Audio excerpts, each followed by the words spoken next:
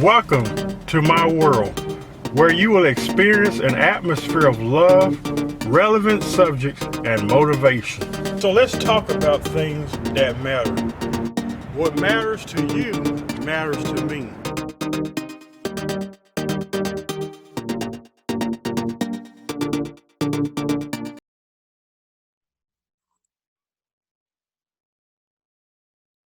Well, hello, everybody. This is Toon and my very special guest, Janice Callahan, for the Brother Henry and You show. And I'm really delighted to be interviewing Janice, and you will be delighted too. She has the most amazing testimony, and I just want to dive right in because this is going to just the testimony itself will take a lot of our time, but you want to hear Janice's experience is so profound and amazing. So Janice, tell us a little about your testimony. Yes. Hi, how are you? Good. Thank you for having me this morning. Yay. So awesome. I had such a fun time, just delightful time. We were chatting and chatting and chatting because there's so much. So tell us about your testimony, your experience. You've had these profound experiences. I have. So on October the 5th, 2018, I actually had a death experience.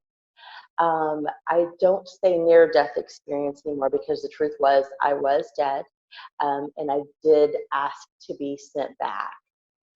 Since that time, there have been more mystical experiences and in growing to understand on a deeper capacity the Father's heart for us. Awesome. And I think a lot of times when we have a mystical experience, sometimes the sort of mainline body gets a little freaked out by mystical experiences, but Paul actually spoke of mysteries more than any other writer in the Bible. So, if our God is there's not some mystery to our God, that means, or mystery or mysticalness to our God, that means he's a small God. And so we're growing in the knowledge, growing who he is. And you have this profound experience that helps us shed light on the person of Father God, Jesus, and Holy Spirit. So tell us about your experience. So as I watched, I'll just go directly into the experience. I think is probably the best way. But I was having trouble breathing. It started. The onset was so quick and so immediate. I started having trouble breathing. I was pleading for my life. I remember praying silently. I remember the feeling of myself as who I knew myself to be, just stripping back, completely being torn away. The idea of who I thought I was, career, family, self-identity, totally being shattered and pulled away. And as this process was going on, the death process, it was very fast and terrifying, very terrifying. And the first thing, I was immediately absent in the body and present with him. And the first thing I did when I looked around, realizing where I was, it was a beautiful, ethereal environment. To try to even describe it is a challenge still to this day. The colors we don't have here, the feeling we don't have here. I would say it was just this absolutely dynamic environment. I remember seeing tall beings that were very powerful and strong, what I would consider to be angels. One extended his hand and I swiped his hand away, and just in the presence of love like we have never felt it here. And the first thing that I said was, "Thank you, Jesus."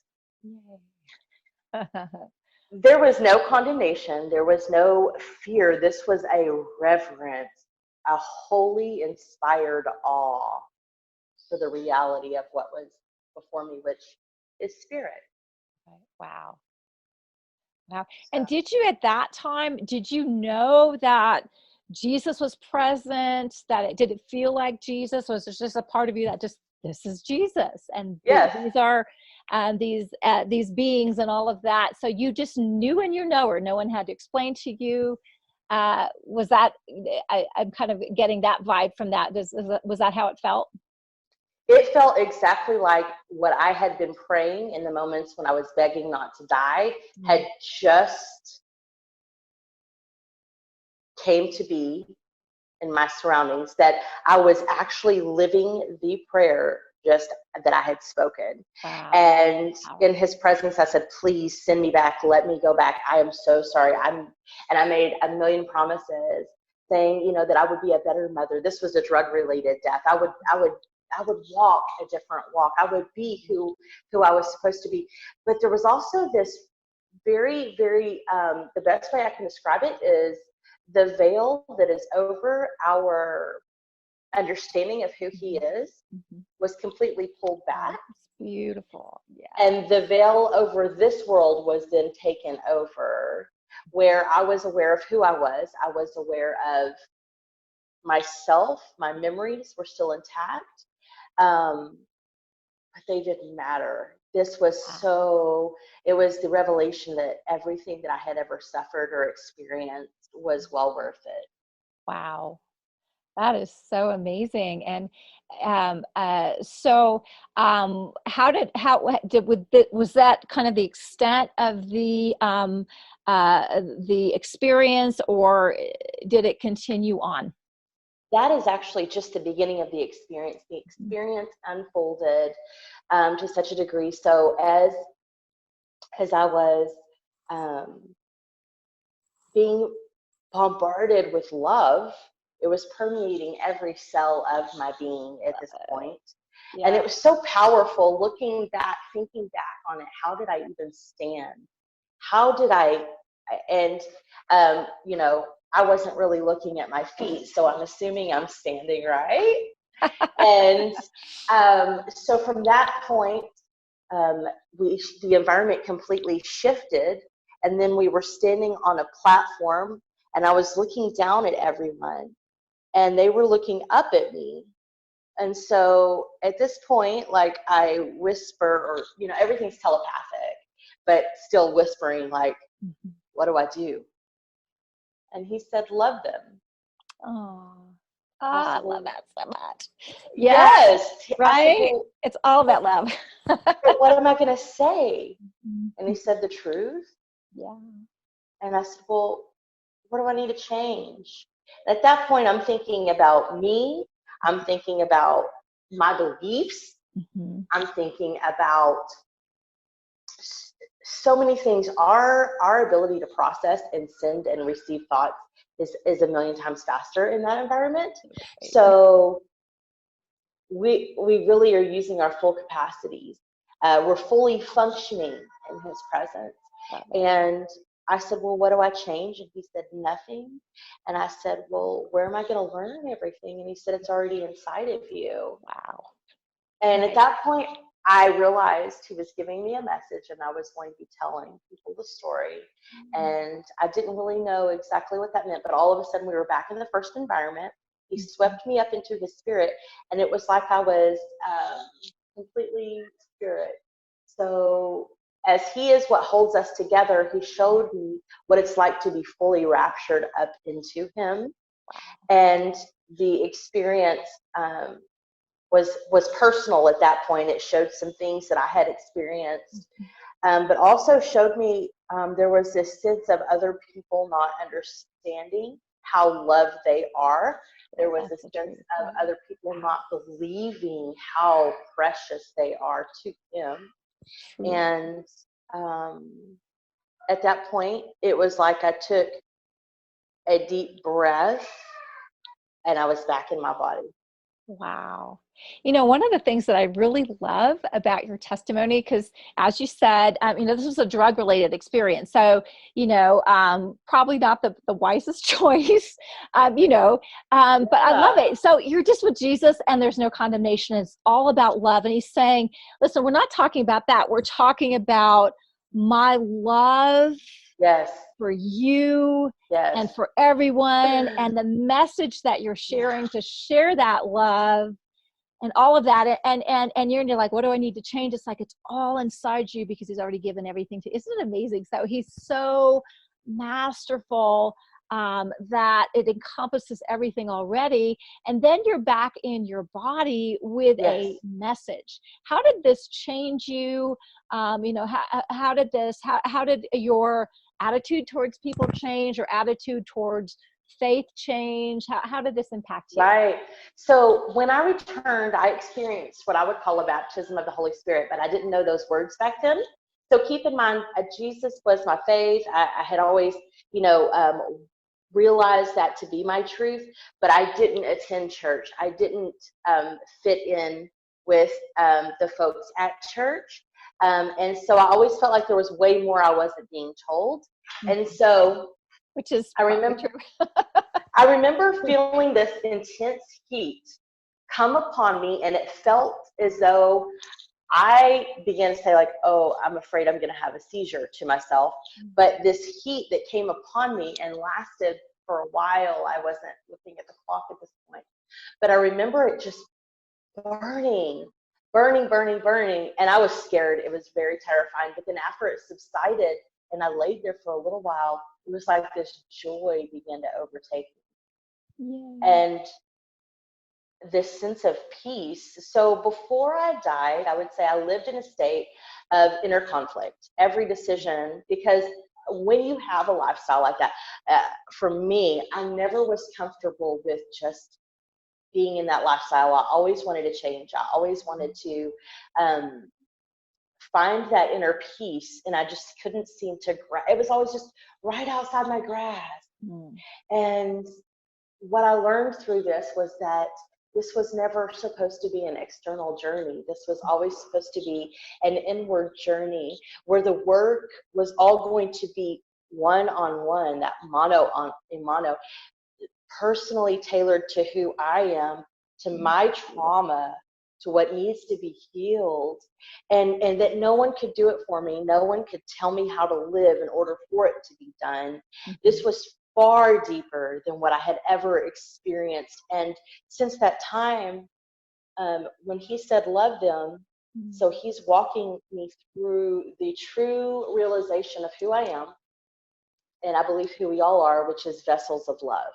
Oh, preach it, girl. Yes. You got my message there. We got the same memo. Yes.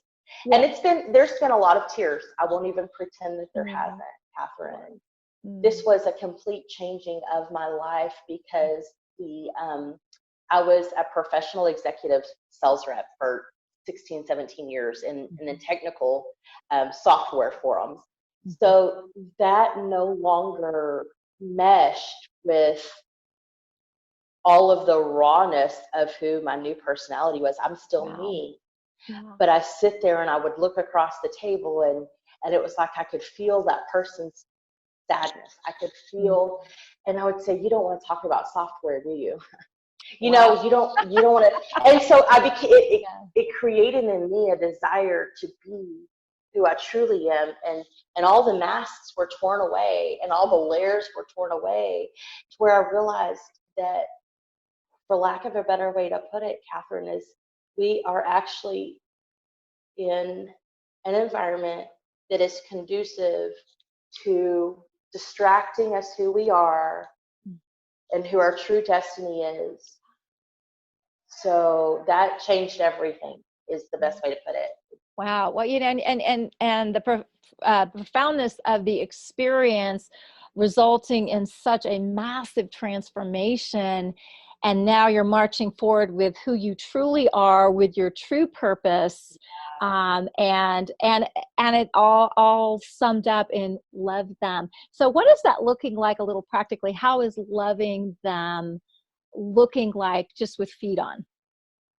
Loving them with feet on, that's a really good way to put it. It looks as though that no matter what someone else may say, do, think about me, looking at them as who they are in his eyes. Yeah. We're children. We are children. Yes, we are. We're adored children. We are precious children. Yes. And somewhere along the line, we think, oh, I'm 21, I have to live up to this standard. I'm 27, I have to be at this point. I'm 40, I need to be here. I'm 43, I should be living this way.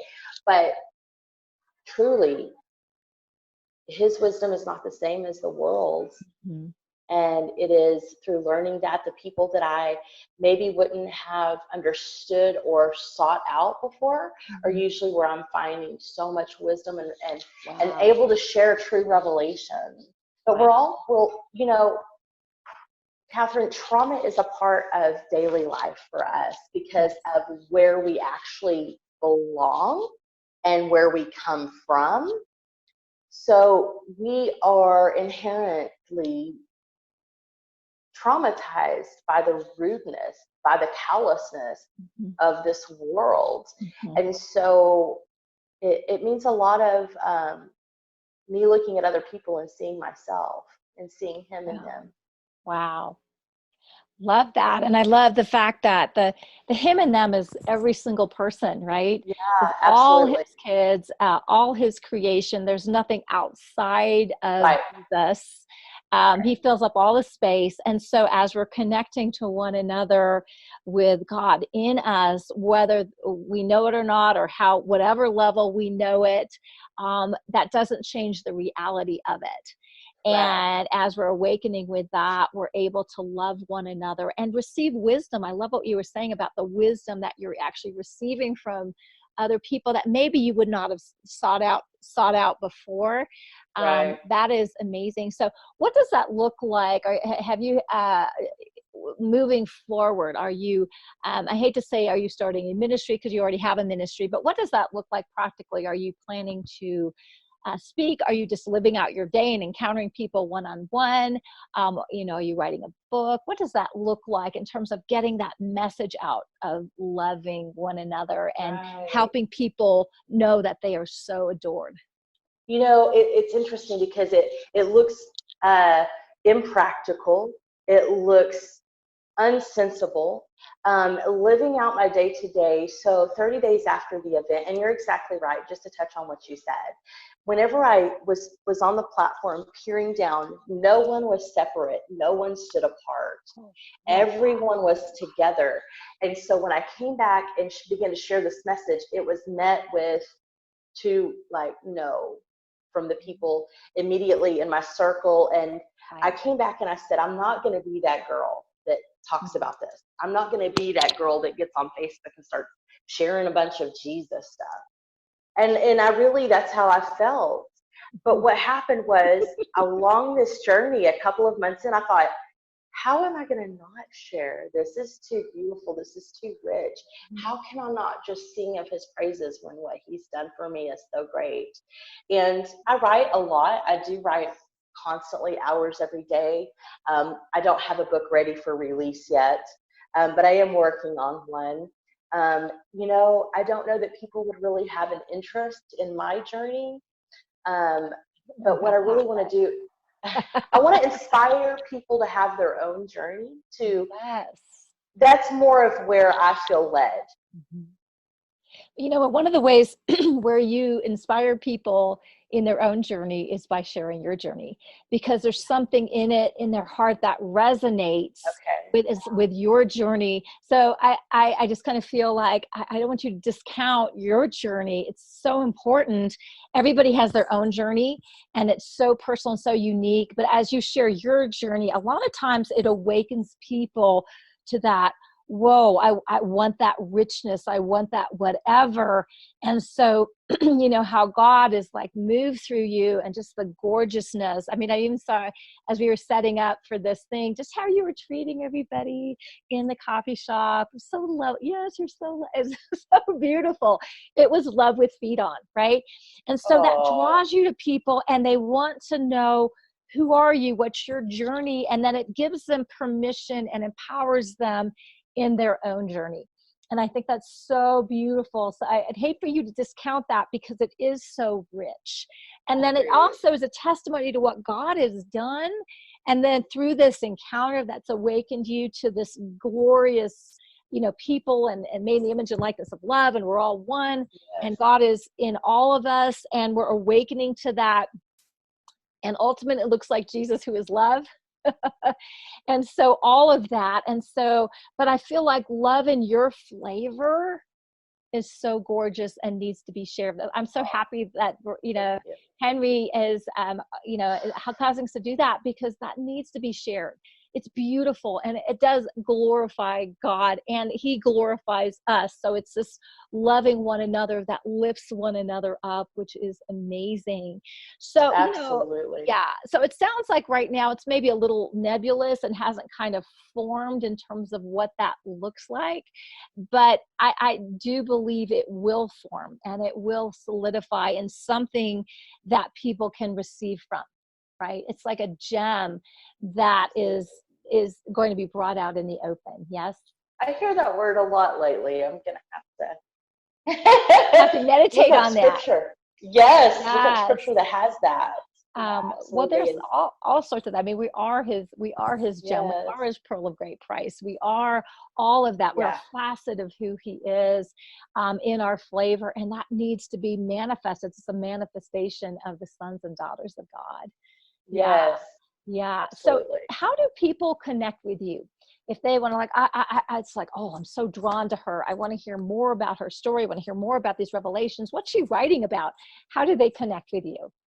The very best way is Facebook. That is really where I have found to share things quickest and easiest. I do have a blog as well, but it's Janice Callahan on Facebook, as well as I do have a blog, which I have a link to that I can post on Facebook.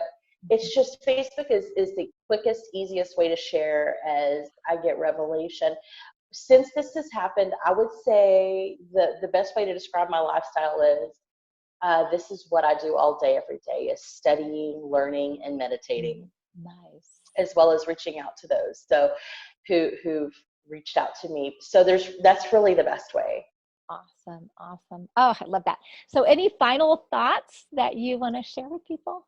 Oh gosh, I would say my final thought is that what I truly believe is that within all of us, we are all having mystical experiences, even though we don't realize it. Mm-hmm. And what I would say is that as we begin to just respond to the spirit within us, and that as we begin to walk in spirit and just learn who he is, we actually learn who we are in that process. Beautiful. Absolutely. So, but I love to help absolutely. And if people want to find me on Facebook, that's totally cool. That's really would be my parting word. Yes, love that. Oh my goodness, so gorgeous, so much richness, right?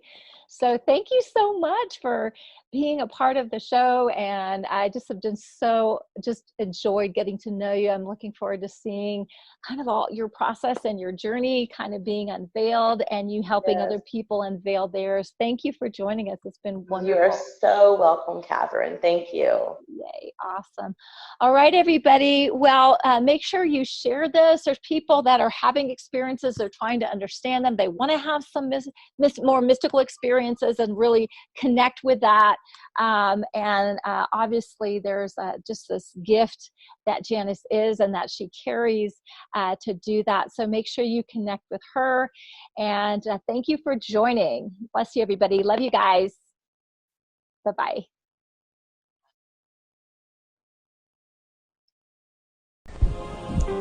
Hi, if you like what you've seen today, be sure to connect with Brother Henry at www.facebook.com/The Brother Henry and You Show. And also be sure to check out and subscribe to his YouTube channel, which is www.youtube.com/Henry Harris 100. We hope that this has been a blessing to you, and we hope to hear from you soon. Keep watching, because what matters to you matters to Brother Henry.